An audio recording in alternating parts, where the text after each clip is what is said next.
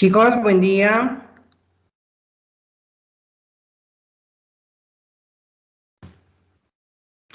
Buen día, doctora. ¿Cómo están? Buen día.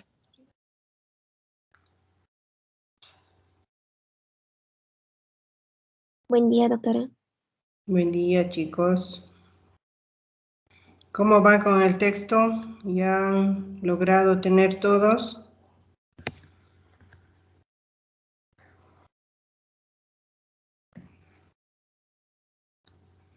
Sí, doctora.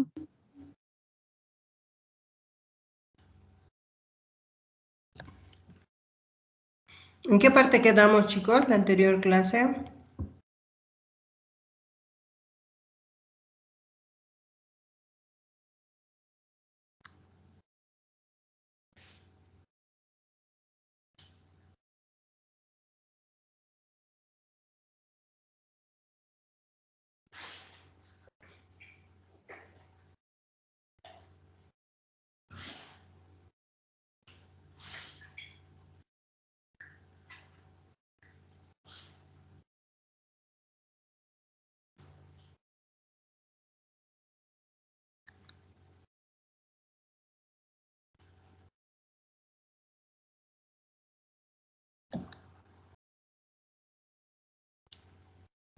Chicos, ¿ya ven mi pantalla?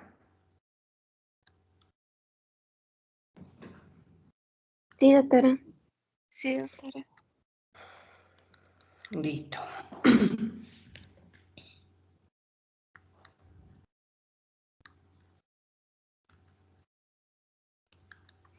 Bueno, la anterior clase habíamos quedado en lo que era el primer grupo el grupo que sí tenía responsabilidad penal para la parte médica.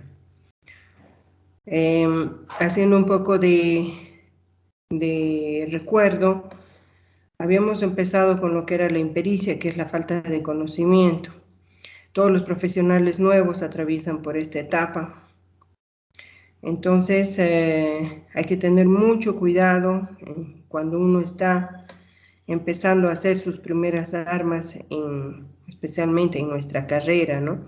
Siempre les había indicado de que mejor es pecar de más que de menos.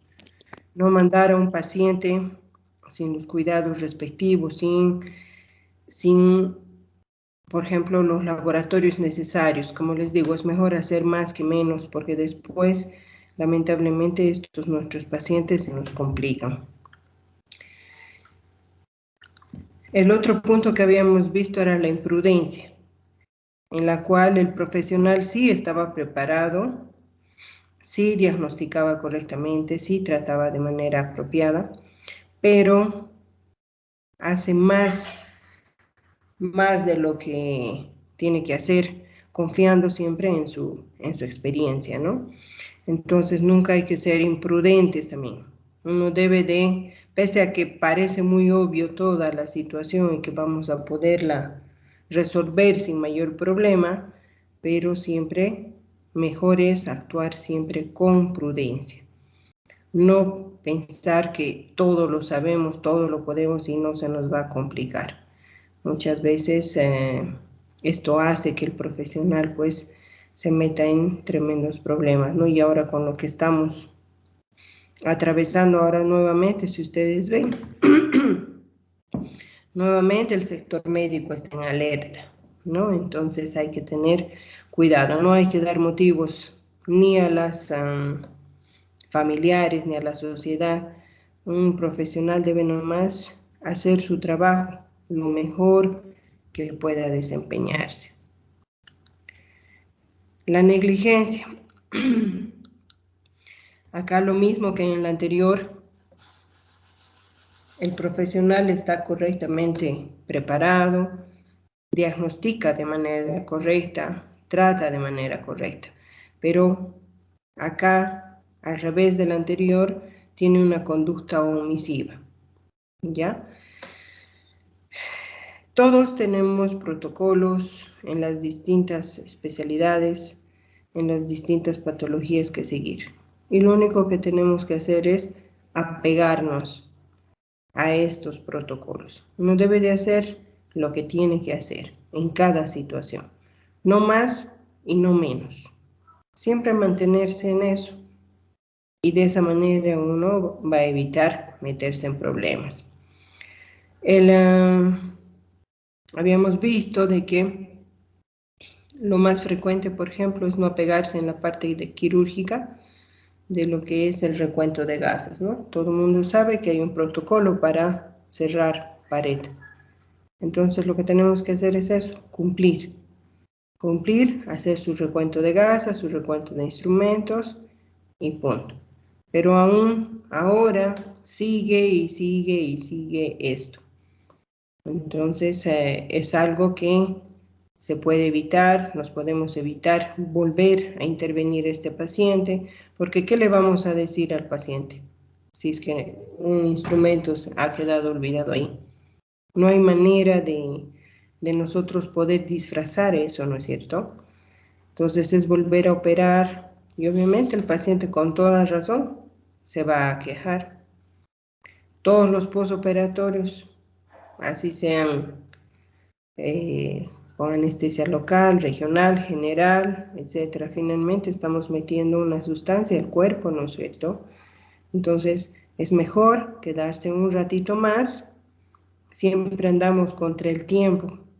Es el peor enemigo del médico, creo. Apenas llega y ya está queriendo irse, ya está mirando su hora, ya que muchos pacientes, ya que mucho tiempo, ya que hay que controlar mucho al paciente, etcétera, ¿no? Entonces mejor es nomás dedicarse, especialmente todos los que van a estar en la parte quirúrgica, mejor es dedicarle los minutos que debe de ser para cada paciente.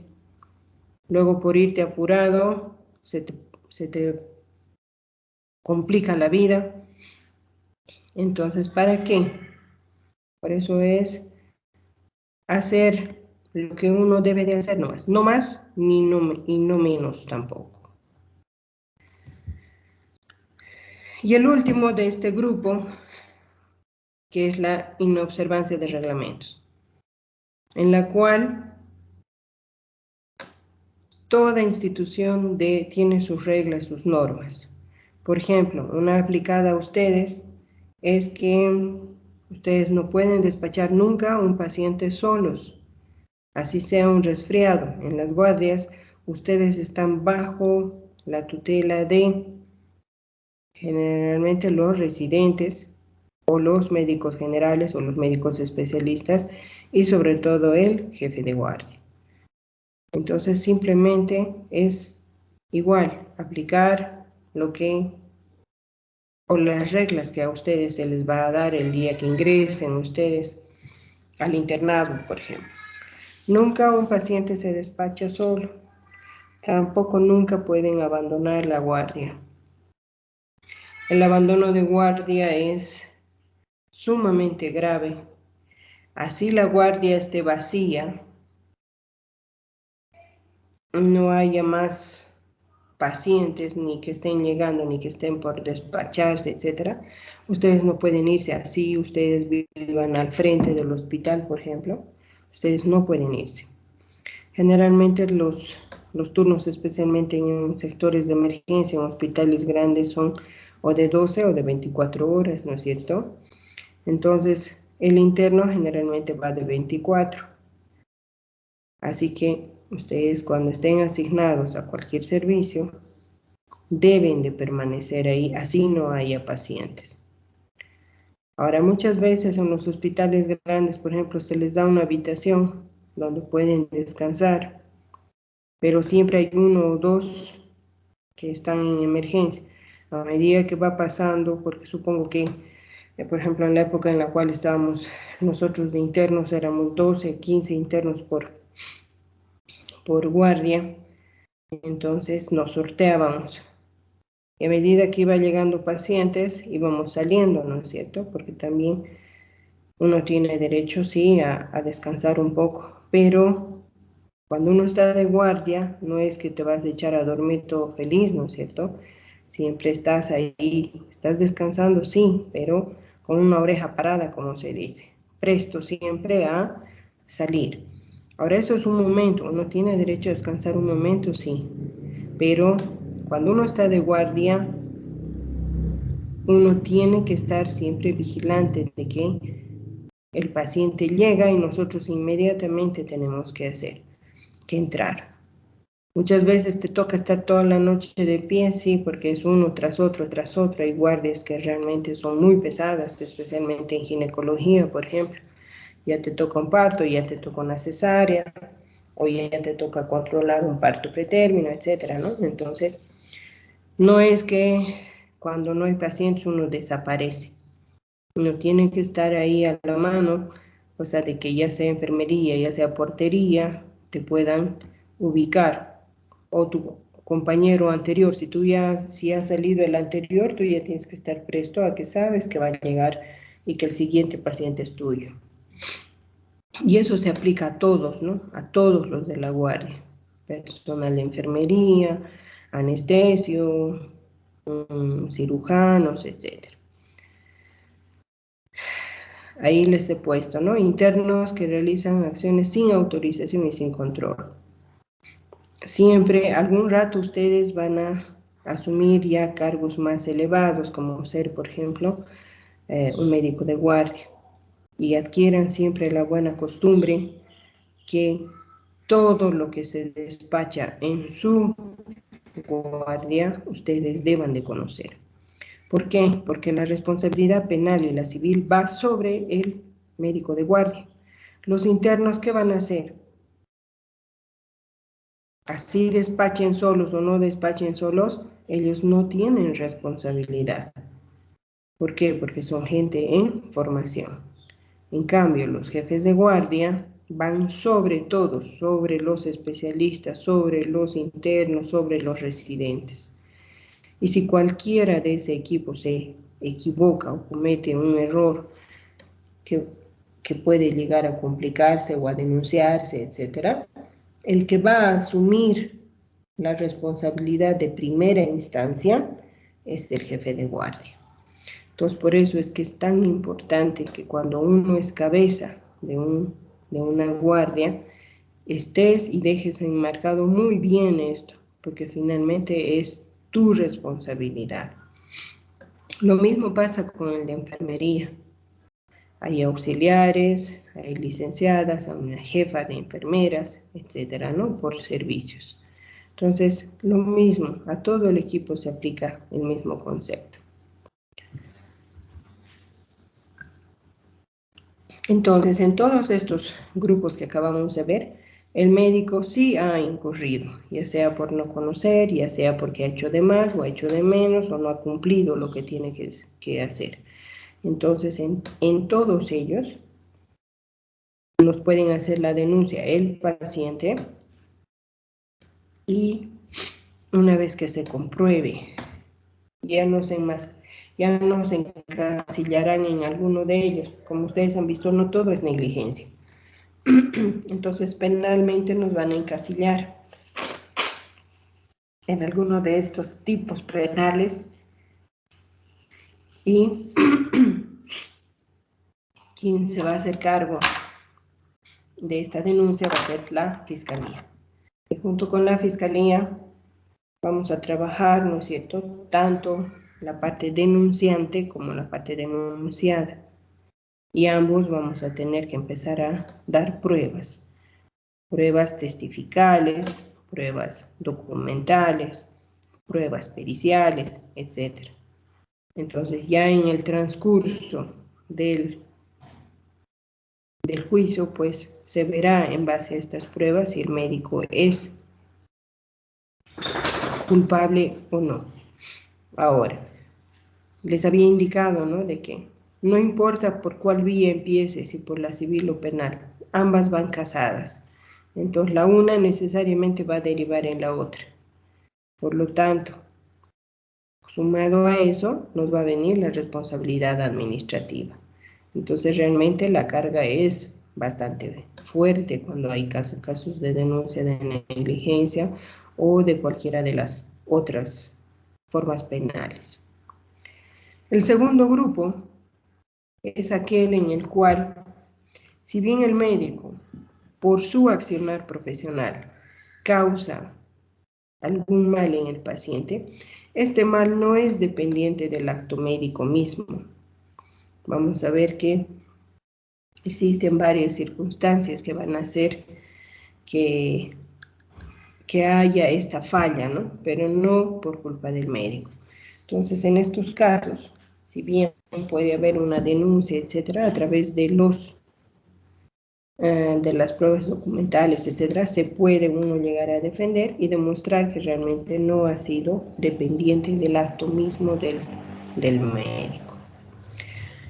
Estos tres van a ser la iatrogenia, el caso fortuito y el estado de necesidad. Vamos a empezar por la iatrogenia. ¿Qué es iatrogenia? Es el daño en el cuerpo o en la salud de un paciente causado por el médico. Pero eso, resultado inesperado. Cuando se ve o se estudia este caso, se ve que el profesional del área médica ha actuado acorde a las circunstancias en tiempo y lugar. ¿Qué quiere decir? Que ha diagnosticado correctamente con los elementos que tiene a la mano. Ha tratado de manera correcta también. Pero existe un mal resultado. ¿Dependiente de qué? Ejemplo de esto, por ejemplo, son las alergias, ¿no es cierto? Por ejemplo, siempre antes de colocar a un determinado medicamento, preguntamos, ¿no? ¿Es usted alérgico a algo? El paciente dice no, ni a medicamentos, ni a alimentos, ni a nada. Bueno, uno confía en eso, ¿no? Y uno le da un determinado medicamento. Siempre cuando damos un medicamento tenemos que advertir al paciente. Si usted llegara a presentar alguna molestia, suspenda inmediatamente cualquier medicación y venga a consulta nuevamente. Esa es siempre la recomendación que tenemos que dar. La alergia más común que tenemos en estos tiempos es a la penicilina. Pero la penicilina ya no está más dentro de este grupo de las iatrogenias. Ustedes saben que la aplicación de este medicamento es uno de los que más problemas nos trae. Si bien como antibiótico es muy usado, trae muy buenos beneficios a los cuadros, nos resuelve muy bien los cuadros. También es uno de los medicamentos que más muertes ha causado, debido a que a las reacciones de alergia que causa en nuestro paciente, ¿no es cierto? Antes de colocar la penicilina, ustedes saben que hay un protocolo a seguir. Primero, obviamente, es el preguntar. Y si es que el paciente no sabe o es su primera vez, nosotros tendremos que hacer la prueba de sensibilidad al paciente. Y una vez que realizamos esto, recién podemos aplicar. Entonces, en un inicio, las alergias, o mejor dicho, la aplicación de penicilina, estaba así dentro del grupo de las iatrogenias. Actualmente ya no. ¿En qué grupo estuviera la aplicación de la alergia? Mejor dicho, de la penicilina, una reacción de la penicilina.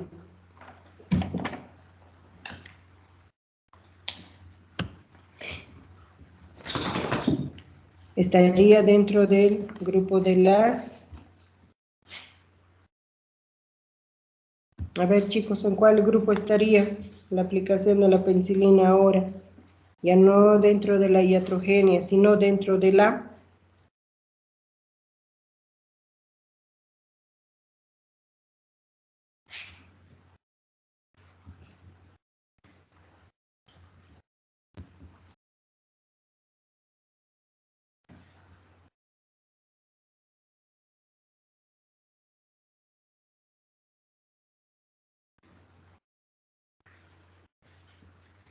Chicos.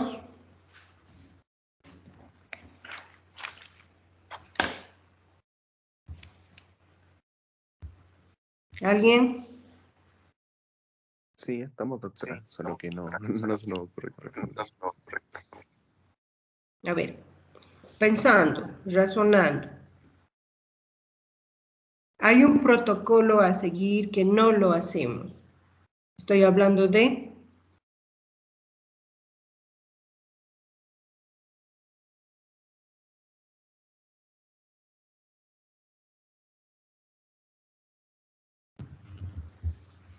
Dale, chicos, piensen. Acabamos de ver.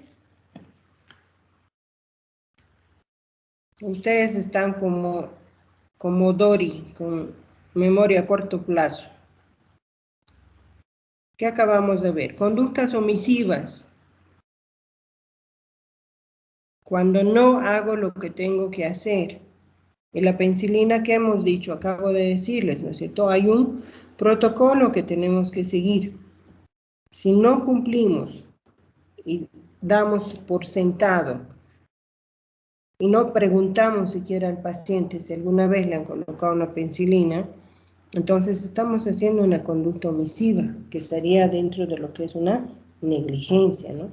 Entonces el aplicar una penicilina, y esto se aplica tanto para el médico como para la enfermera, porque ambos sabemos que tenemos que preguntar y hacer la prueba de sensibilidad a la penicilina. Entonces, la penicilina ya no está más dentro de la iatrogenia. Inicialmente sí estaba, especialmente cuando se descubrió y lo bueno que era como antibiótico, etc. Entonces era muy usado, pero hasta que se ha visto de que realmente muchos pacientes han llegado a fallecer y que con estas acciones que tenemos que seguir puede evitarse esas muertes, bueno, entonces eso lleva a que pueda haber un protocolo y por lo tanto nosotros apegarnos a eso para evitarnos precisamente problemas. Lo mismo pasa con los queloides, por ejemplo. Uno se opera, qué sé yo, puede ser en la cara, en algún lugar visible, y nos queda una horrible cicatriz. Pero muchos pacientes no entienden, ¿no? De que es una reacción propia del cuerpo. No es algo que podamos nosotros evitar. Si bien cada que tenemos que hacer una cirugía, por ejemplo, estética, a los que les va a gustar ese lado, siempre tienen que preguntar, ¿no es cierto?, qué tipo de piel tienen, qué tipo de antecedentes tienen. ¿Para qué? Para precisamente cuando estén en el postquirúrgico se puedan aplicar ciertos medicamentos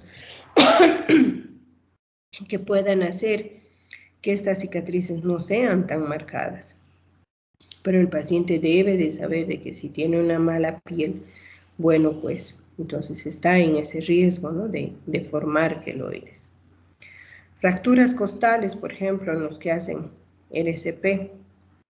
En esto les cuento un caso, por ejemplo, en la cual una persona mayor hace aparentemente un paro, llegan los paramédicos, le hacen la reanimación, etcétera, y logran salvar, logran volver a reanimar a este paciente. Lamentablemente, por la edad de la paciente y el masaje que ha recibido, eso le ha causado fractura en uno de los arcos costales. Y como ustedes saben, toda fractura costal es muy dolorosa debido a que, como no se la puede tratar como otras fracturas, y el respirar implica la movilidad de la parrilla costal, bueno, pues son fracturas bastante molestas, ¿no? Entonces la señora indica por qué tenía esta fractura.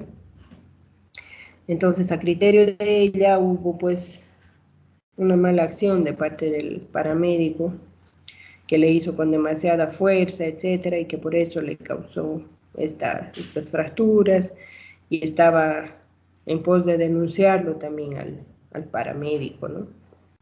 Ya, pero cuando se ventilan las cosas, se ven los antecedentes, etcétera, no es que le haya aplicado mucha fuerza, ¿no? Sino es que esa parrilla costal pues es muy delicada. Una paciente ya de mucha edad ya no tiene pues los huesos que tiene una persona joven, ¿no es cierto? Entonces, pese a que uno pueda hacer con delicadeza, esos huesos que ya tienen osteoporosis, etcétera, pues lamentablemente se pueden llegar a fracturar. Ahora, viéndole el beneficio, ¿no es cierto? El paramédico ha hecho lo que tenía que hacer, que era la reanimación y devolverle la vida, ¿no? A esta paciente. El segundo caso, el caso fortuito. Este es un hecho que ha podido preverse o habiéndose previsto no ha podido ser evitado. De todo caso, especialmente de estos muy especiales o muy delicados o de estos casos raros especialmente, uno trata de evitar obviamente que este paciente se nos complique, ¿no es cierto?, que presente efectos adversos o que por la cirugía, por ejemplo, pueda derivar en algún otro cuadro, pese a que estamos con todos los cuidados. Imagínense cualquier cirugía a nivel de cerebro, a nivel de cráneo, es sumamente delicado porque que te pases unos milímetros o que toques unas zonas así, puede traer como consecuencia, por ejemplo, una parálisis, o que no puedas hablar, o que no puedas mover un miembro, etcétera, ¿no es cierto? Puede afectar una función. ¿Por qué? Porque todo lo que es tejido nervioso realmente es muy delicado. Inclusive muchas veces uno evita entrar y esperas a que realmente las cosas no se compliquen, ¿no?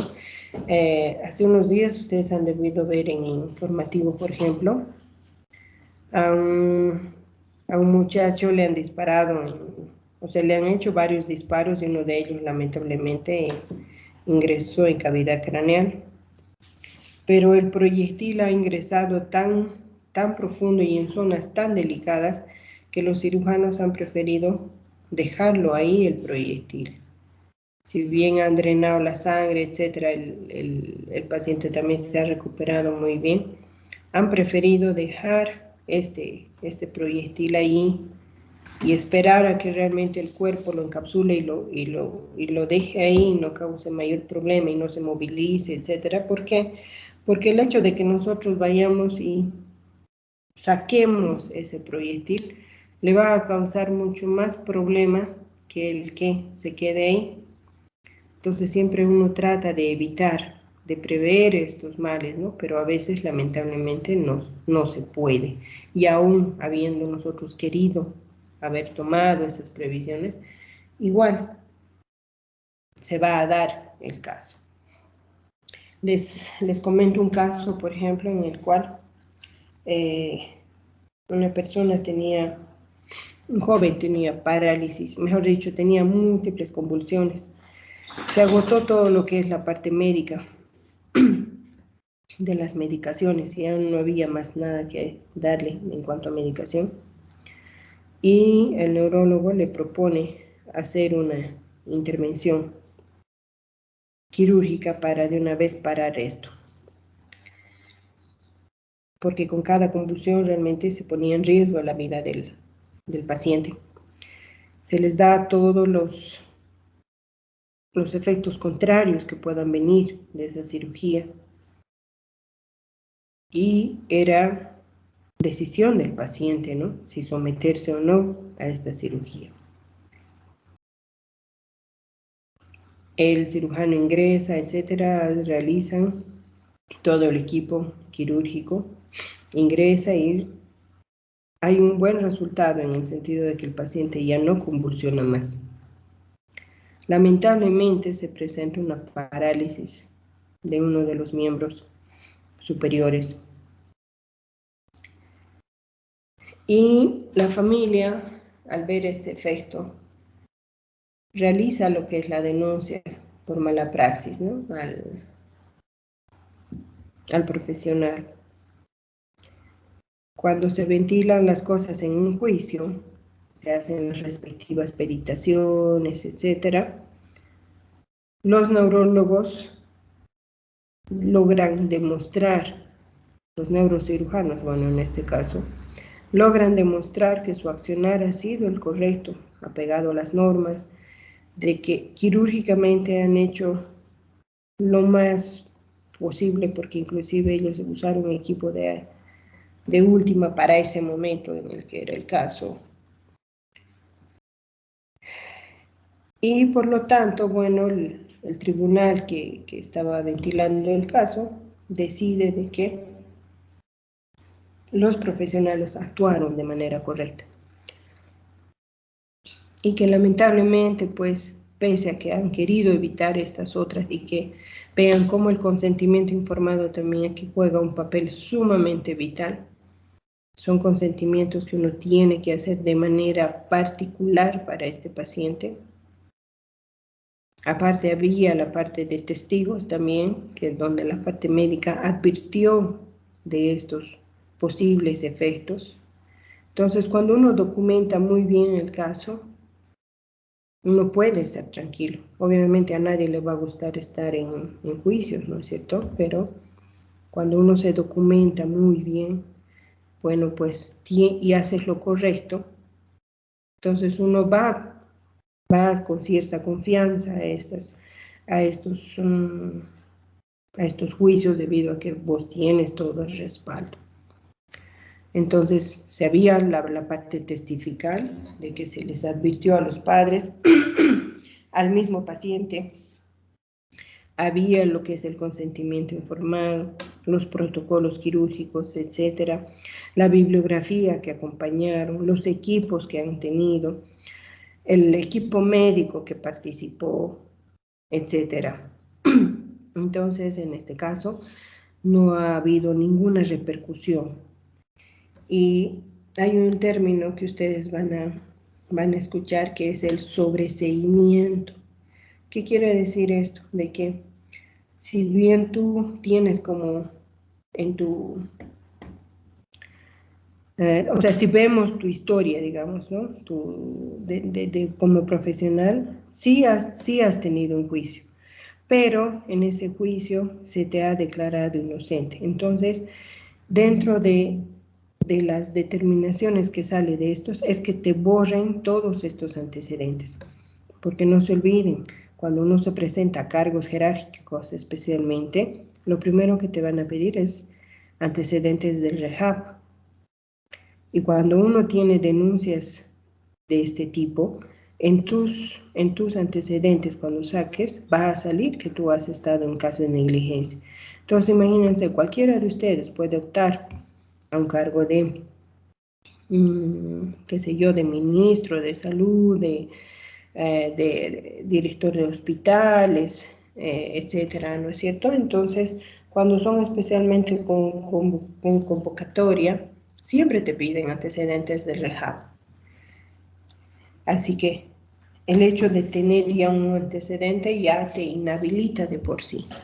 Por lo tanto, es muy importante de que la parte médica, cuando está sometida a estos casos y se declara ya sea una iatrogenia, un caso fortuito, etcétera, se borran todos estos antecedentes. Entonces uno busca en los antecedentes del rehab y no tienes absolutamente nada. Eso es lo bueno. Entonces, en este caso, por ejemplo, al médico se le ha sobreseído, entonces no tiene más, se le ha declarado inocente y se ha borrado todos los antecedentes judiciales de este caso.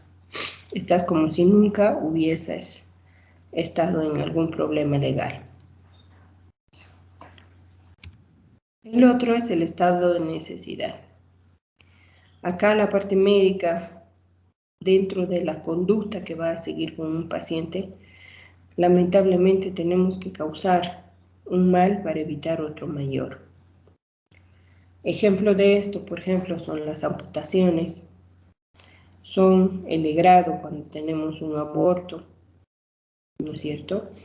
Por ejemplo, ya cualquier aborto, ¿no? Ya sea que está en curso, ya sea un aborto, como es un embarazo deseado, planificado, etc. Si lamentablemente pone en riesgo la vida de la madre, ahora obviamente primero la parte médica va a actuar a través de los distintos procedimientos, ¿no? Ya de última, cuando ya no se puede hacer más nada y peligra la vida de la persona, entonces tenemos que realizar esto. Lo mismo, por ejemplo, en las amputaciones, por ejemplo, en los diabéticos, ¿no? No es que vas a tener una herida y dentro de esa herida tú le vas a decir de primera instancia, vamos a amputar. No, no es cierto. Entonces, primero, obviamente, van a hacer curaciones, vas a dar medicamento, vas a controlar su diabetes, etcétera. Sí, pero pese a eso, la herida sigue y sigue y sigue creciendo y compromete inclusive la vida, porque lamentablemente muchos diabéticos han empezado así, ¿no es cierto? Primero un dedo, luego van subiendo y especialmente en pies muchas veces han terminado con amputaciones inclusive hasta sobre la rodilla. Entonces, por lo tanto, en estos pacientes es mejor hacer esto a que ellos se comprometa la vida de este paciente, ¿no es cierto? Lo mismo pasa con abortos, o mejor dicho, con embarazos muy deseados. Lamentablemente a veces, por ejemplo, pueden traer estos cuadros graves de preeclampsia, eclampsia, donde si no interrumpimos el embarazo, donde esté, en la gestación en la que esté, en las semanas en las que esté. Si va a estar muy chiquito, obviamente vamos a hacer un aborto, ¿no? Pero si ya está en partos pretérminos, por ejemplo, donde puede llegar a tener un chance ese bebé en incubadoras, entonces tenemos que proceder a interrumpir el embarazo. ¿Debido a qué? A que si no, lamentablemente la mamá se nos muere y se nos muere el producto también, ¿no es cierto? Entonces, tenemos lamentablemente que hacer estas acciones que van a derivar en un daño en el paciente, en una lesión posiblemente, o en una incapacidad también. A veces, lamentablemente, por ejemplo, cuando las hemorragias son tan grandes en la parte de obstétrica, terminan haciendo una histerectomía. A veces el producto muere, o a veces ya no, ese producto es el único y no va a poder tener más hijos, ¿no es cierto? Entonces, tenemos que poner en una balanza. Causamos este mal, pero a cambio vamos a obtener vida, ¿no? Vida de la paciente. Entonces, en estos casos, pues, el accionar del médico está justificado.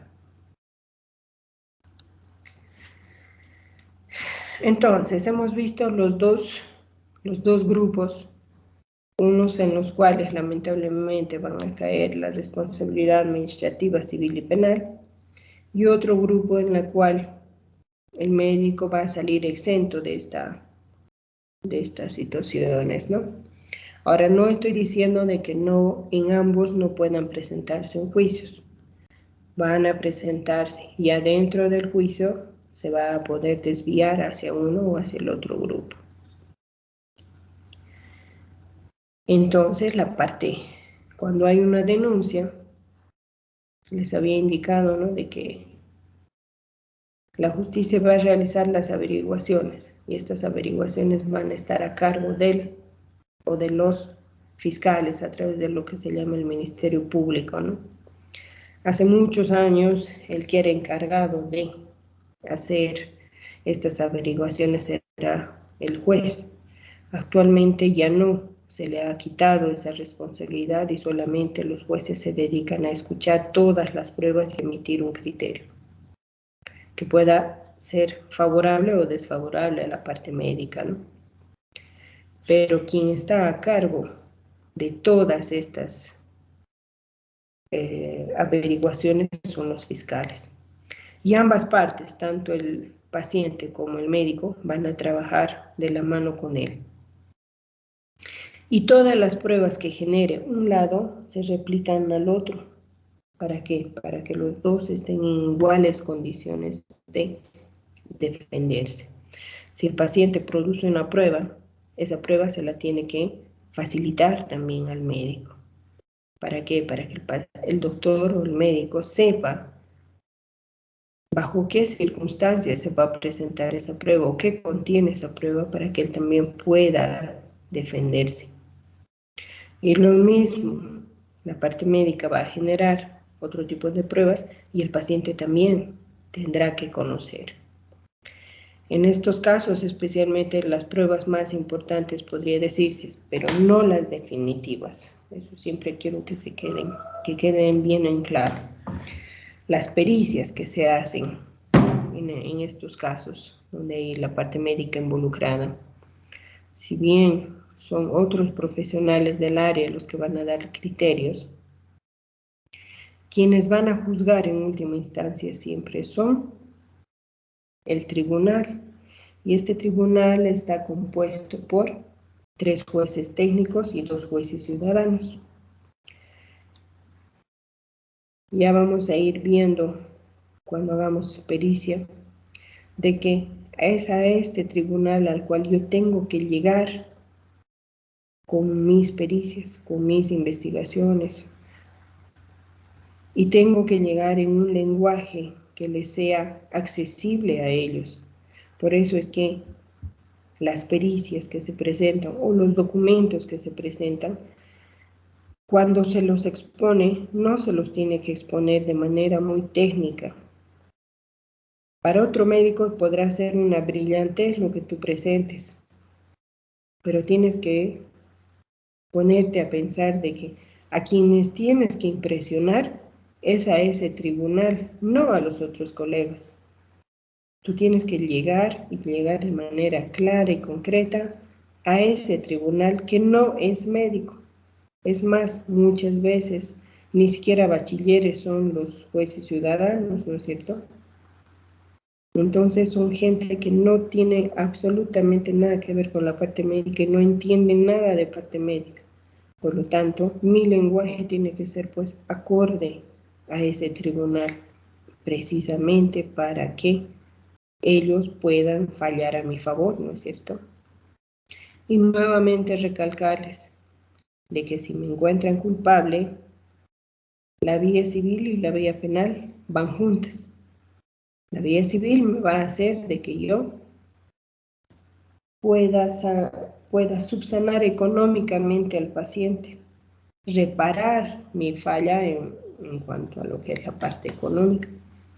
Y lamentablemente la parte penal va a ser pues de que si soy encontrado culpable,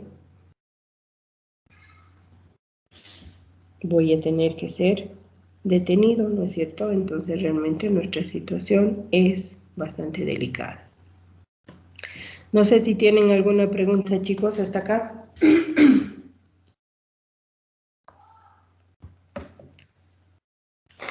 No, doctor, claro, gracias. ¿Está todo bien? Cualquier rato, chicos, interrumpan. Este es su momento de preguntar de ustedes. Dudas que tengan, términos que no entiendan. Vayan siempre tomando nota y pregunten.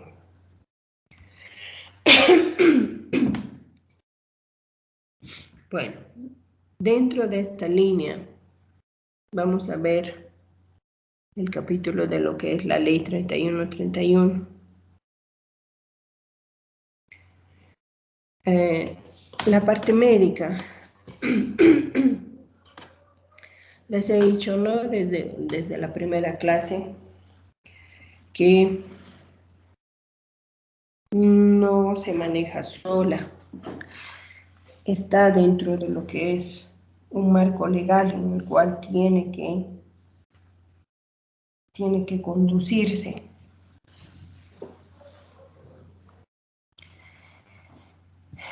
La parte legal nos han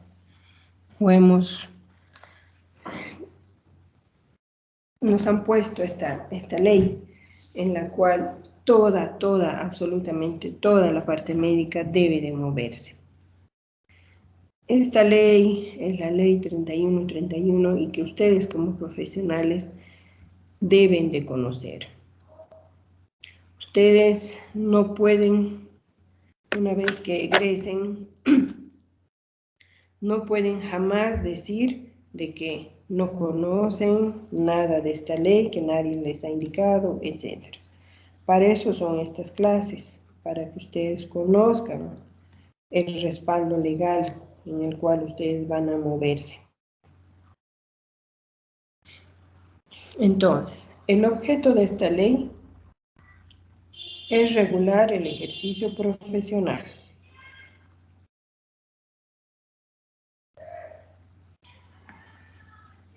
¿Quiénes van a estar sujetos a esta ley? Todos los profesionales del área médica, tanto de la parte pública, de la parte privada y de la parte de convenio. O sea, no puedo nunca decir de que como yo no estoy trabajando ni en instituciones del Estado ni en instituciones privadas, yo no voy a hacer caso a esta ley. Tiene que meterse a la cabeza de que esta ley es para todos. Entonces, si yo trabajo solamente en mi consulta privada, entonces igual me voy a tener a actuar dentro de lo que marca esta ley. Por eso el ámbito de aplicación indica, ¿no? Se aplicará en el Sistema Nacional de Salud, tanto en el ámbito público, privado y en los de convenio. La ley 3131 nos indica de que dentro del área médica vamos a tener distintos tipos de profesionales que van a ejercer la medicina. Y que estos van a tener distinto tipo de responsabilidad. Empezamos por la base, que son los internos. Ustedes muy pronto van a ser internos. Y para ustedes, el marco en el cual se van a mover, esta ley indica de que al ser ustedes un personal en formación, que no tienen título y no tienen matrículas, y ustedes van a estar bajo la supervisión de estos otros médicos, si ustedes llegaran a cometer cualquiera de las formas penales que hemos visto, ya sea iatrogenia, inobservancia, negligencia, etcétera, la ley indica de que ustedes no son responsables ni penalmente ni civilmente. Y quienes van a tener que asumir esa responsabilidad son los otros profesionales que estén en la guardia con ustedes. ¿Ya? Entonces, el interno no tiene responsabilidad penal ni civil. ¿Cuál le quedaría al interno? ¿Qué responsabilidad le tocaría al interno?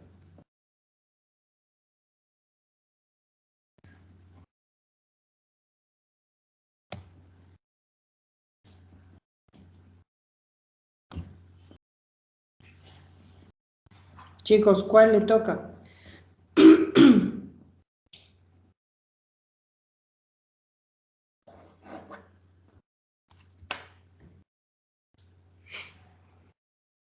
Chicos, denle. Ayudar al doctor de turno, doctora. Aunque vi que igual los internos hacen bastante papeleo. Claro, pero estamos hablando de que qué tipo de responsabilidad le toca al médico, hablando del tema de responsabilidad médica, ¿no? No de qué funciones tienen ustedes. Acabo de decirles qué tipo de responsabilidades tenemos que le pueden caer al médico.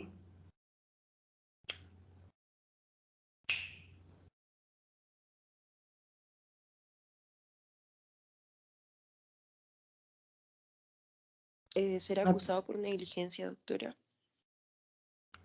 No, chicos, no.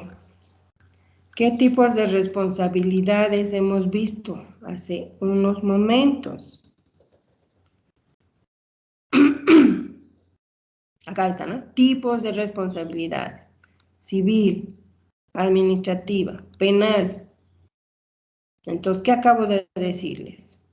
Al interno no le toca ni la responsabilidad penal ni la civil.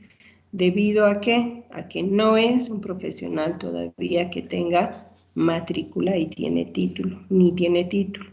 Por lo tanto, la ley indica que no puede asumir la responsabilidad ni penal ni civil.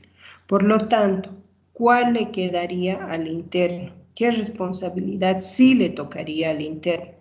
Dentro de los 3 tipos de responsabilidades que hemos visto. La administrativa. La administrativa, ¿no es cierto? La administrativa. ¿Qué tipo de sanción le podría dar la administrativa al interno?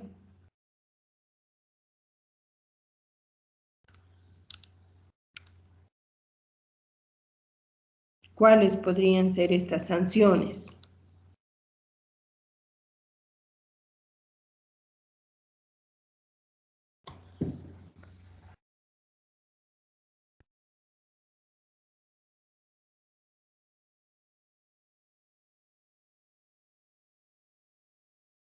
A ver, piensen, si ustedes están internos y cometen un error, ¿qué sanciones les puede dar el hospital?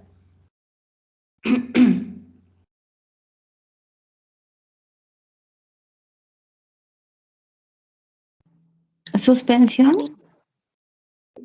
Ya, puede ser una. ¿Qué más?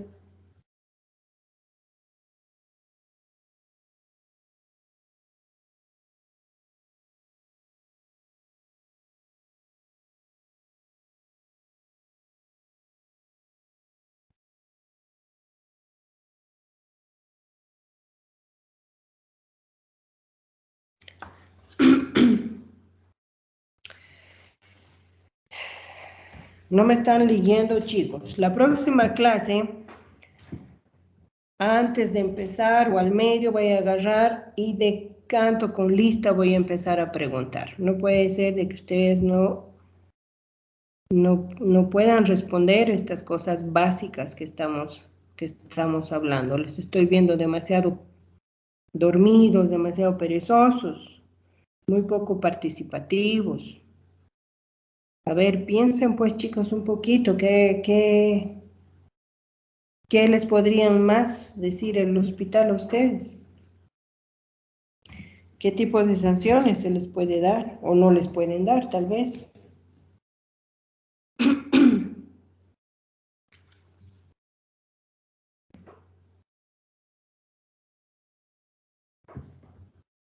Doctora, van a recaer en el médico a cargo. Sí, pero que la administrativa la van a tener que asumir ustedes. La penal y la civil la van a asumir el médico que está sobre ustedes. Pero la administrativa sí Ustedes van a tener que asumirlo. Por eso, ahora, ¿qué puede pasarme a mí como interno? ¿Qué me puede hacer el hospital? O no me puede hacer nada, tal vez. No sé, eso es lo que quiero escuchar. ¿Qué idea tienen ustedes?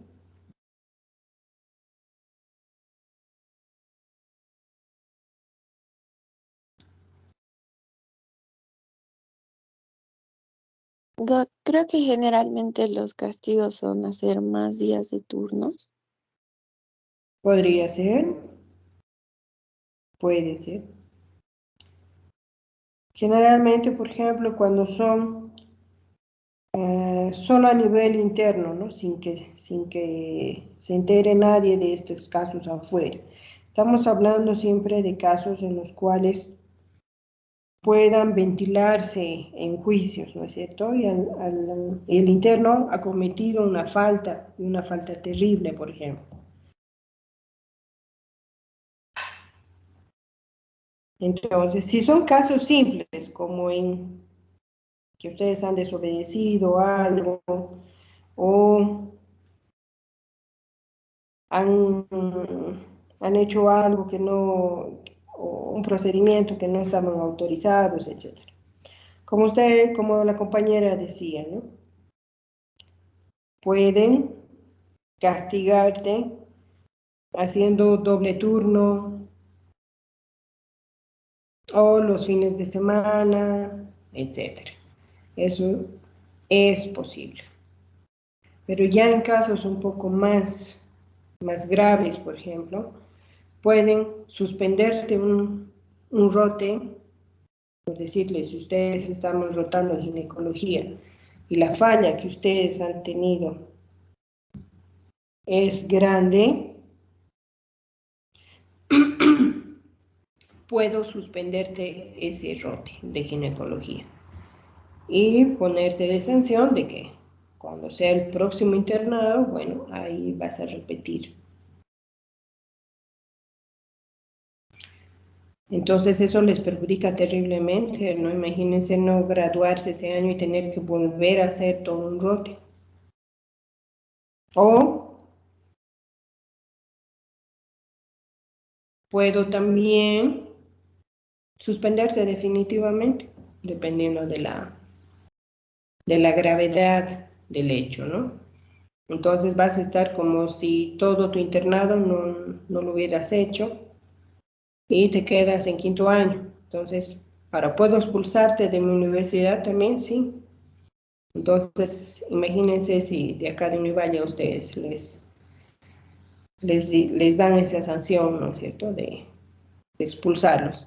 Hasta quinto año tienes ahí tus cosas, entonces tendrás que hacer tu pase a otra universidad, etcétera, donde puedas hacer mediante otra universidad el internado, siempre y cuando te convaliden todas las materias, ¿no? O tal vez te van a pedir que repites algunas, no sé, pero puedo hacer eso, dependiendo de la gravedad del hecho. Entonces, la ley es muy clara con esto. El interno no tiene responsabilidad ni civil ni penal, pero sí administrativa. Y a la administrativa, generalmente en estos casos graves, cada hospital tiene sus comités de ética. Entonces, se valorará el caso, se valorará la gravedad y podrán darte alguno de estos tipos de sanción, ¿no? Podrán suspenderte una semana, un rote, o podrán expulsarte, etc. Ahora, en casos más pequeños, por ejemplo, tu residente o tu médico especialista de turno podrá castigarte, qué sé yo, todos los fines de semana, o un fin de semana, o dos turnos en la noche, etc. No hay distintos tipos de castigos que se les puede dar. Ahora bien, la ley, ¿qué indica en relación al especialista, al general y al residente?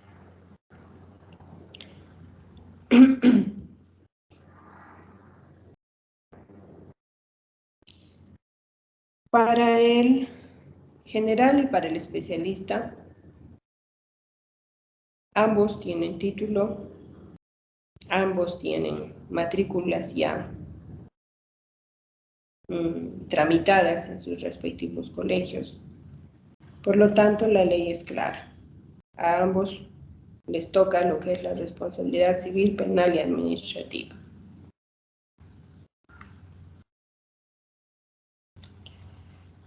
El que queda un poco ahí en medio es el médico residente, porque el interno no tiene, hemos dicho. El especialista y el general tienen responsabilidad. Pero ¿qué pasa con el médico residente? Es como que está al medio de los dos grupos, ¿no?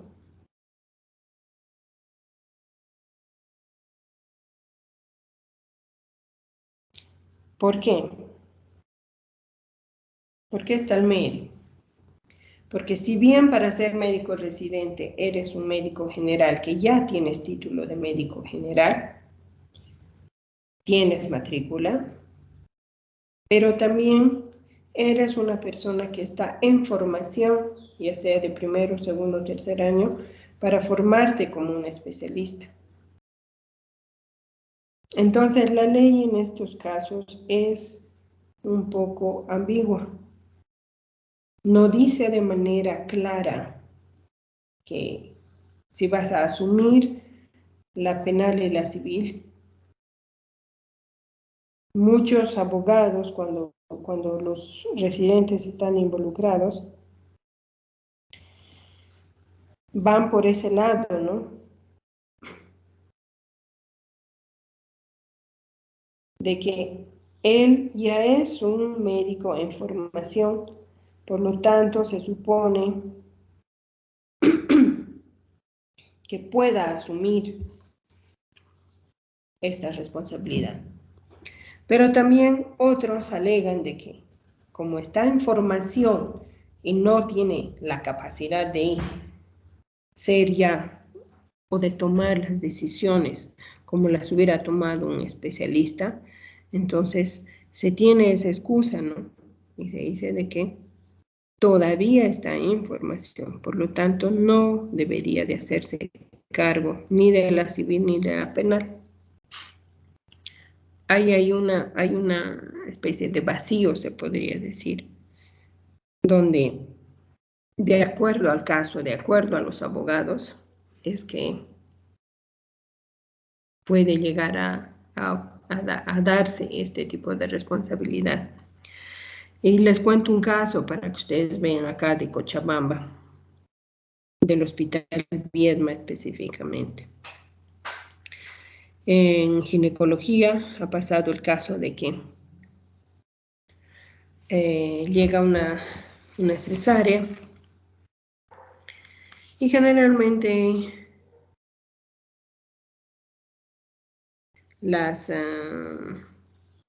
los residentes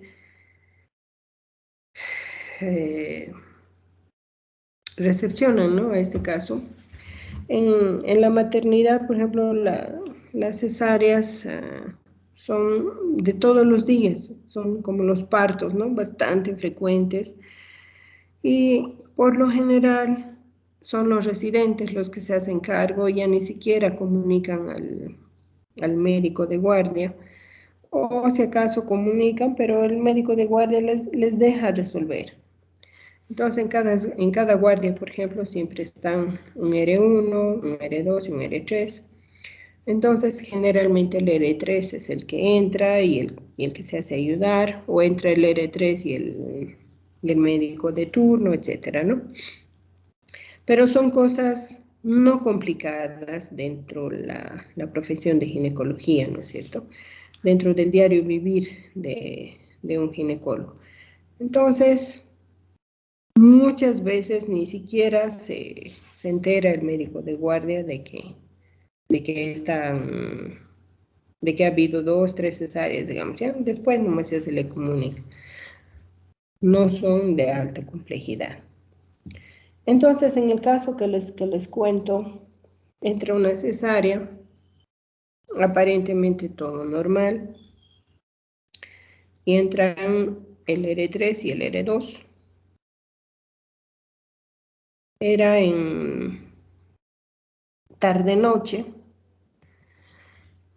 no le comunican al jefe de guardia, ingresan ellos, el interno ahí de instrumentador, y todo andaba bien, hasta que lamentablemente la paciente hace una reacción y hace paro, no pueden revertir, el bebé sí todo bien, no pasó nada con el bebé, nació sin problemas, pero lamentablemente la mamá hace una reacción, hace paro y no hay reversión y lamentablemente fallece.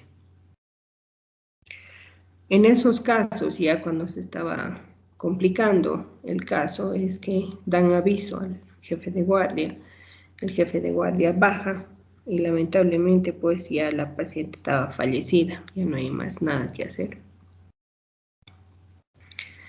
Quien va a salir a dar la cara a los familiares para empezar es el jefe de guardia. Y a una familia que estaba, porque un nacimiento, especialmente cuando es un embarazo deseado, etcétera, bueno, pues hay toda una familia que está esperando ahí afuera, todas felices porque es un momento feliz, ¿no es cierto?, un nacimiento de un bebé. Y se tornó en algo realmente trágico, ¿no?, porque la mamá fallece. Aparentemente era por sensibilidad a la anestesia, porque quirúrgicamente no había mayor problema. No ha habido atonías o hemorragias grandes, etcétera, que pudiesen explicar el por qué la mamá ha llegado a fallecer. Más aparentemente era hacia el lado de la anestesia. Ahora bien, los familiares obviamente reaccionan mal, ¿no es cierto? E indican de que van a denunciar, etcétera. Y como que hacen la denuncia, son uno de los primeros juicios que se han desarrollado acá en Cochabamba. Y obviamente contra el que se va la familia es pues contra el médico de guardia. En primera instancia el médico de guardia, hasta que no logremos entender eso, es que tal vez no vemos el peligro en el cual nos movemos, ¿no?, cuando somos cabezas de un servicio. El médico creía de que él se iba a librar. ¿Por qué? Porque él no había visto a la paciente, no la había recepcionado, no la han presentado. Es más, los residentes ni siquiera le avisaron de primera instancia, salvo cuando se complicó. Y cuando él bajó, ya la paciente estaba fallecida y él ni siquiera la tocó, ni siquiera dio una indicación médica, nada. Entonces creemos que por el hecho de no haber estado en relación con esta paciente de manera directa, creemos que ya estamos libres de problemas y que en tal caso los que deberían de asumir esa responsabilidad son el anestesiólogo y los médicos residentes, ¿no? Pero la ley es clara y te dice, si tú eres cabeza de este grupo de gente que está trabajando en esta guardia, el que va a asumir de primera instancia esta responsabilidad eres tú. Ahora bien, peor todavía cuando son residentes, ¿no? Es ese grupo ahí gris que no se sabe si va a ser o no va a ser responsable. Entonces, y también aquí va el versus, ¿no? Cirujano versus anestesiólogo. Uno trata de echarle la culpa al otro. Ahora, un gran porcentaje lamentablemente es por culpa de la anestesia, no del anestesiólogo, sino de la anestesia.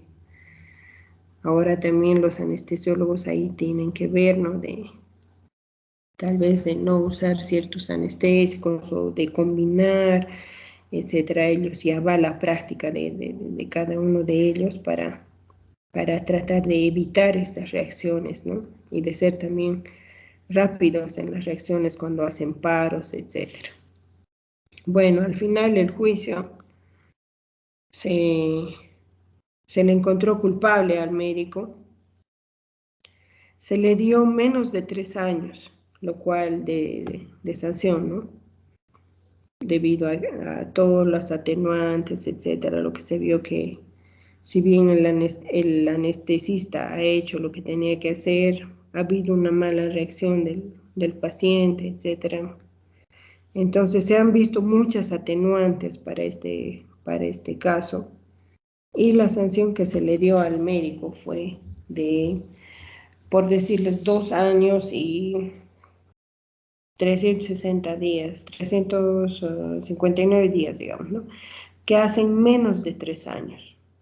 Cuando la sanción penal es menos de 3 años, tú no vas preso. Si bien tienes una sanción, no vas preso, no vas a ir a la cárcel, pero sí tienes la sanción, o sea, sí te han encontrado culpable, pero no tan grave como para que te vayas preso. En cambio, si te dan 3 años y un día más o 2 días más, digamos, uno entra lamentablemente preso y tienes que cumplir la sanción. En cambio, en este otro caso le han dado menos. Por lo tanto, el médico, si uno revisa sus antecedentes en el rehab, sí va a tener la sanción penal ahí. Lamentablemente sí. Pero lo único bueno de esto es que, como la pena no era tan alta, el médico va a seguir trabajando, pero va a tener que ir a firmar a la policía una vez en semana, dependiendo de los casos, ¿no? Entonces, van una vez a la semana, entonces, hasta que se cumpla toda tu pena. Y tus antecedentes están ahí. Ahora, ¿qué ha pasado con los residentes? Al R3 se le ha sancionado por manera administrativa. Al R2 creo que no le hicieron más nada, pero al R3 le han suspendido un rote, ¿no? Se le ha dado sanción administrativa. Debido a que también la norma indica de que tú estás en formación y estás bajo la tutela del jefe de guardia. Por lo tanto, tienes la obligación de comunicar al jefe de guardia, indicarle, doctor, ahí está esta paciente, etcétera, voy a entrar a operar, que te dé su autorización y tú deberías de entrar recién a operar. Y el jefe de guardia debería de estar ahí, vigilando. No por ser una simple cesárea, está exenta de problemas, ¿no es cierto? Como en el caso de que lamentablemente a veces de cientos de cesáreas que haces nunca pasa nada, pero justo te toca una, pues, que no es por la parte quirúrgica misma, sino es tanto por las reacciones anestésicas, etc. Entonces al médico residente en este caso sí se le encontró, pero responsabilidad, pero de tipo administrativa. Entonces va a graduarse como médico ginecólogo, pero dentro de un rote más.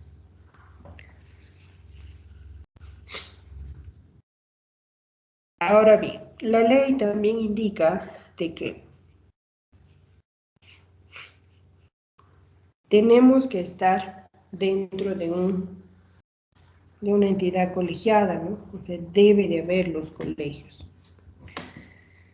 Tenemos los colegios médicos a nivel departamental y tenemos a nivel nacional. Ambos siempre están bajo la tutela del Ministerio de Salud. Ambos velan porque esta ley se cumpla. Ambos velan porque el profesional se le dé cursos, se le imparta siempre mayores conocimientos a través de los distintos cursos, jornadas, etcétera, ¿no? Y cuando hay problemas, por ejemplo, de que nos están queriendo poner, digamos, más horas o nos están cuestionando algunas cosas a nivel del gremio médico, ellos son los que velan que que no seamos afectados como gremio, ¿no es cierto? Entonces son nuestras instancias de vigilancia, pero también son aquellas las que también deben de cuidar, digamos, al profesional. Cada entidad colegiada, por ejemplo, tiene su asesor legal. Entonces, cuando estemos en problemas o cuando tengamos alguna duda, etcétera, podemos recurrir a nuestro colegio médico y de manera gratuita realizar una consulta ahí a los abogados que estén ahí.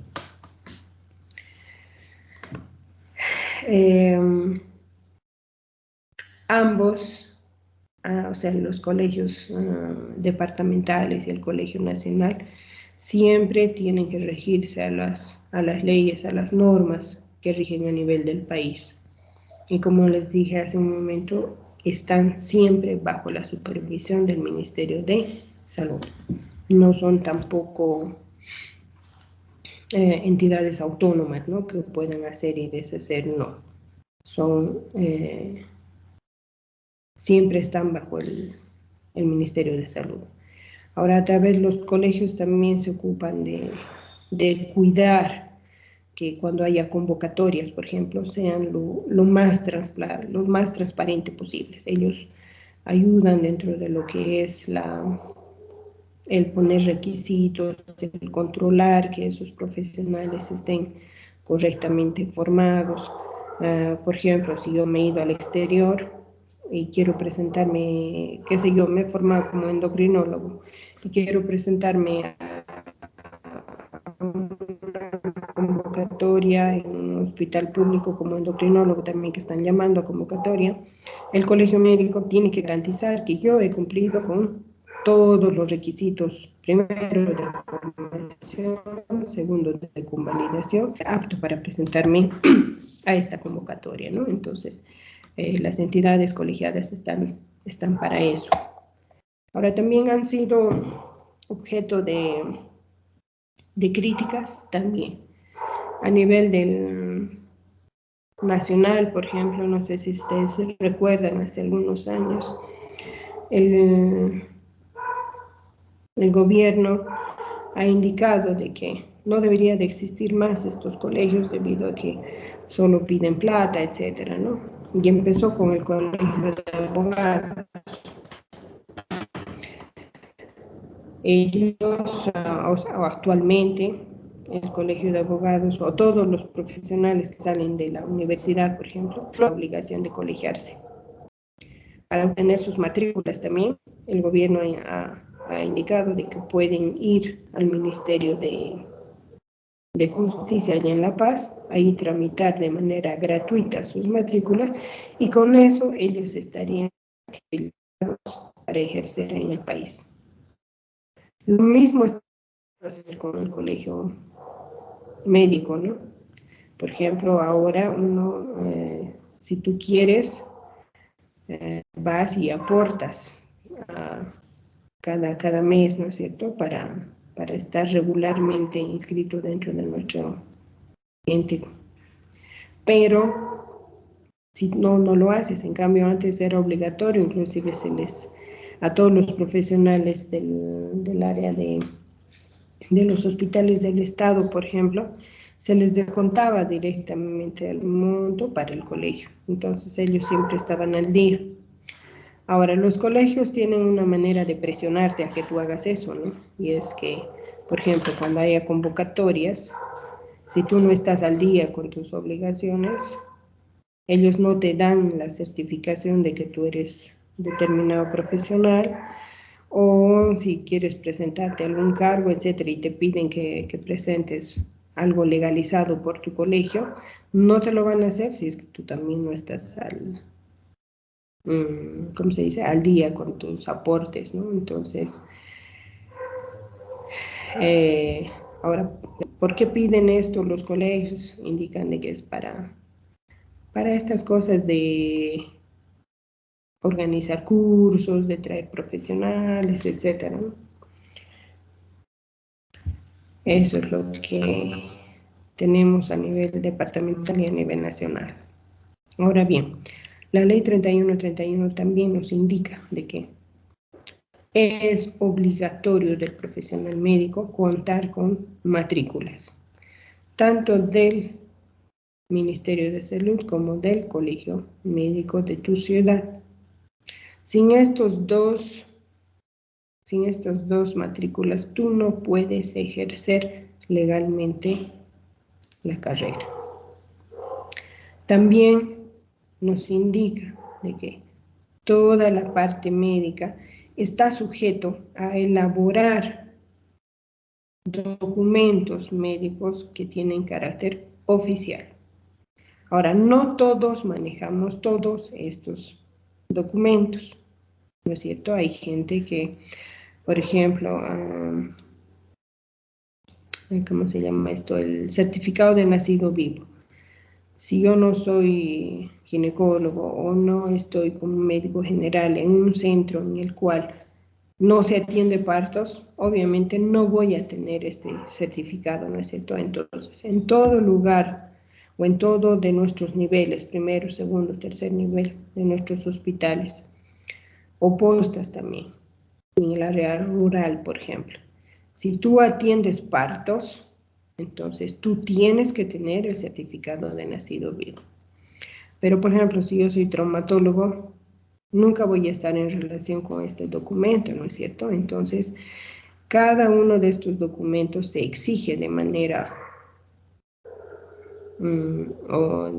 obligatoria, siempre y cuando ese servicio preste, ¿no es cierto?, ese tipo de servicio.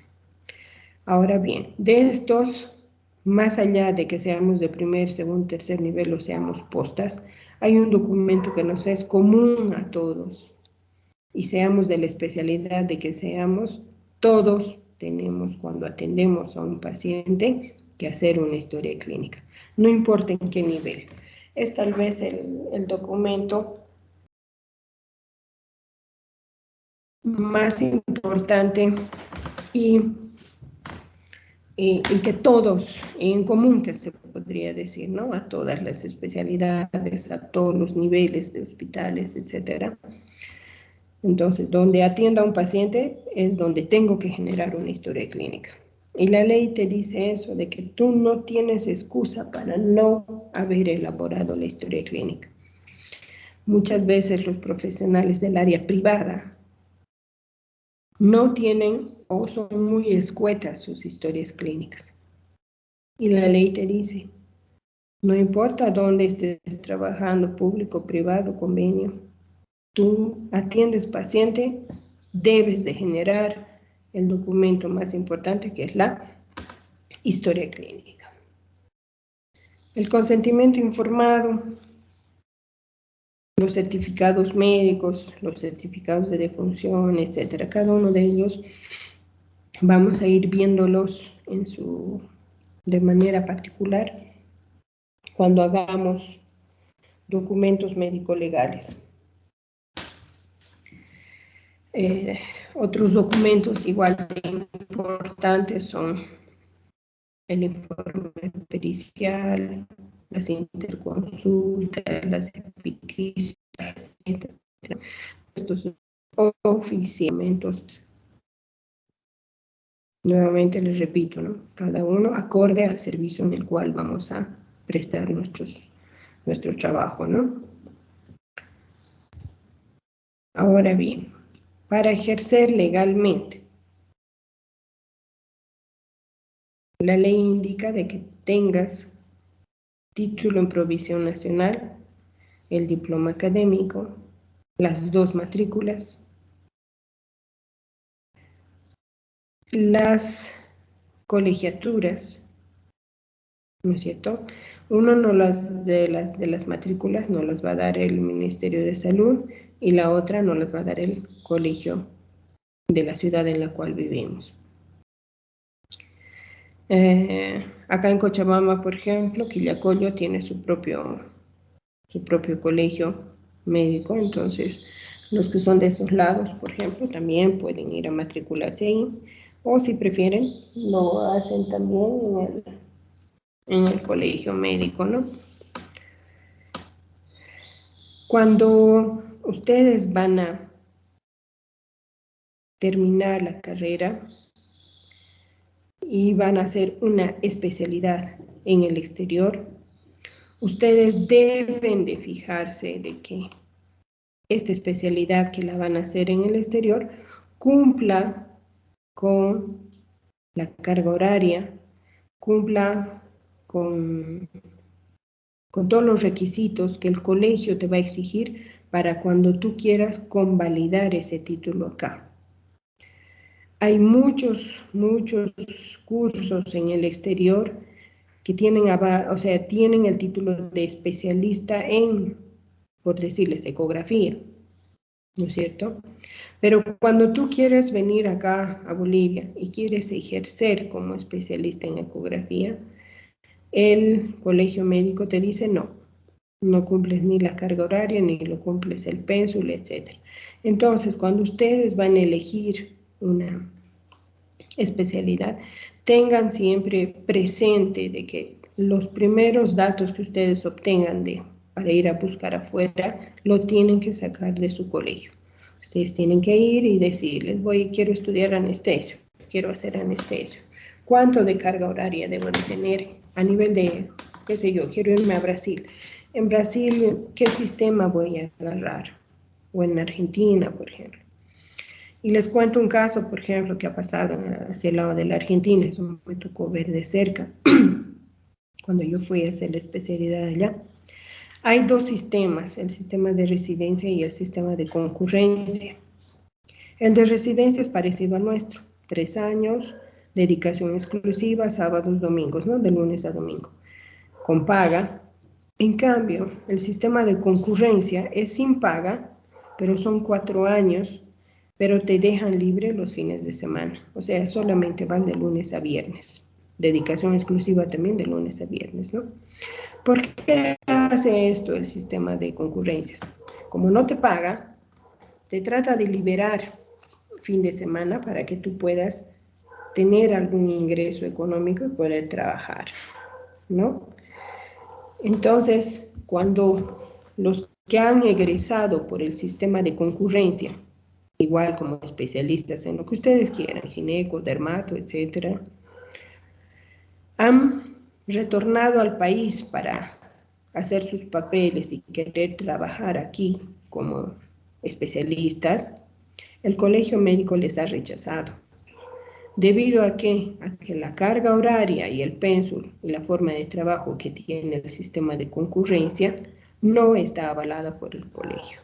Ahora, ¿ustedes qué hacen? Ustedes 4 años han ido y han estudiado allá, imagínense el grado de perjuicio que esto significa. Si tú te quedas en Bolivia, no vas a poder ejercer como especialista. ¿Vas a poder ejercer como médico general? Sí, siempre y cuando hayas egresado acá, ¿no es cierto? Pero como especialista, no. En cambio, si tú te vas o tú te quedas en la Argentina, el sistema sí te reconoce, allá sí es válido. Entonces, todos esos aspectos ustedes deben de tomar en cuenta cuando ustedes egresen y escojan una especialidad para hacer. ¿Por qué? Porque algún momento ustedes van a querer retornar al país y trabajar acá. Si ustedes se quedan en el exterior, obviamente no va a haber problemas, porque ustedes han estudiado y se han formado ahí con ese sistema. Pero si ustedes quieren retornar, entonces en ese caso sí existe mucho problema. Entonces, eso es lo que indica también la ley, ¿no? De que para ejercer legalmente, tú debes de estar inscrito en lo que es tu colegio de especialistas. Y en este grupo de especialistas, o mejor dicho, en esta área, el colegio te va a remitir hacia la especialidad correspondiente y ellos tienen pues sus requisitos, su carga horaria, su pénsul, etcétera, ¿no? Por lo tanto, tienen que fijarse todos estos aspectos para no incurrir en estas fallas que luego te van a llevar a que no puedas ejercer legalmente. No sé si tienen alguna pregunta, chicos.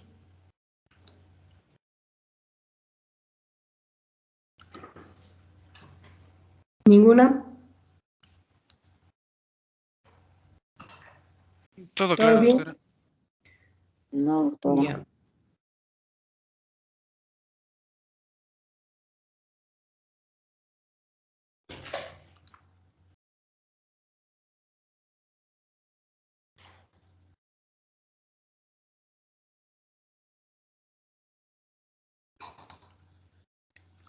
Bueno, entonces llamaremos lista, por favor, chicos, ya casi es hora.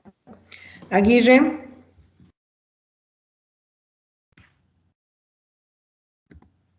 Álvarez. Presente, doctora. Albino. Calle. Araya. Presente, doctora. Argana. Presente, doctora. Arroyo. Ávila. Presente, doctora. Baltasar. Presente, doctora. Bordignón. Presente, doctora. Buen día. Elía. Canchasto. Presente, doctora. Casco. Castro. Condori. Presente, doctora, buen día. Castro. Listo. Con- Condori. Condori, presente, doctora. Ya. Cruz. Cruz. Víctor. Cruz Paco, Víctor, presente, Cruz Víctor presente. Buen día. Ya. Cruz Cruz Paco, presente, Andrea. doctora. Buen día. Presente. Presente, De Camargo. De Camargo. Presente de Camargo. Ya. Dos Santos. Ana. Patricia. presente, doctora. Carolín. Presente, doctora. Felipe. Presente, doctora. Flores Micaela. Presente, doctora. Flores Cristian. Presente, doctora. Blanco. La Fuente. Presente, doctora. La Fuente. Presente, doctora. Luján. Mamani. Presente, doctora. Martínez. Ingrid. Martínez Sebastián. Presente, doctora. Buen día. Martínez Janel Ingrid. Ya. Millar. Presente, doctora Millar. Listo. Miranda. Presente, doctora. Año. Presente, doctora. Buen día. Guía Moscoso. Presente, doctora. Ibares. Presente, doctora. Pino. Perales. Ana Belén. Doctora, Ospino está presente, por favor. Listo. Perales no hay. Pereira. Presente, doctora. Pérez. Dayana. Presente, doctora. Rebollo. Presente, doctora. Buenos días. Guía. Salazar. Presente, doctora Salazar. Salvatierra. Presente, doctora. Buenos días. Guía. Solís. Colorzano. Presente, doctora Solórzano. Buen día.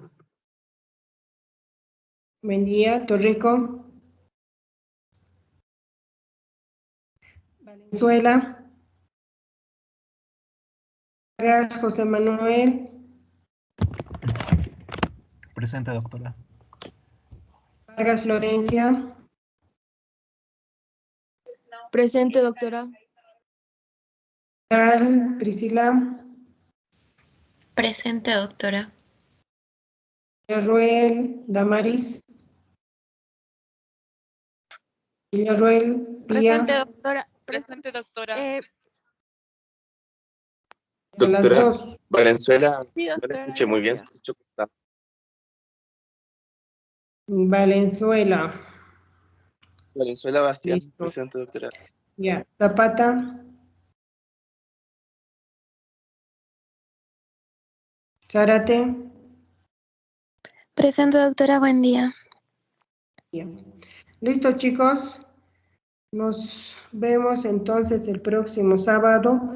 Por favor, lean. Vamos a empezar a preguntarles porque les veo muy flojitos, muy como Doctora. dormiditos. Están en su camita, creo. Doctora, Carrasco tuvo que ir a hacer algo, ¿la podría considerar en la lista? ¿Listo? Muchas gracias. Hasta luego. ¿Ya? ¿Alguien más que se haya quedado sin la lista?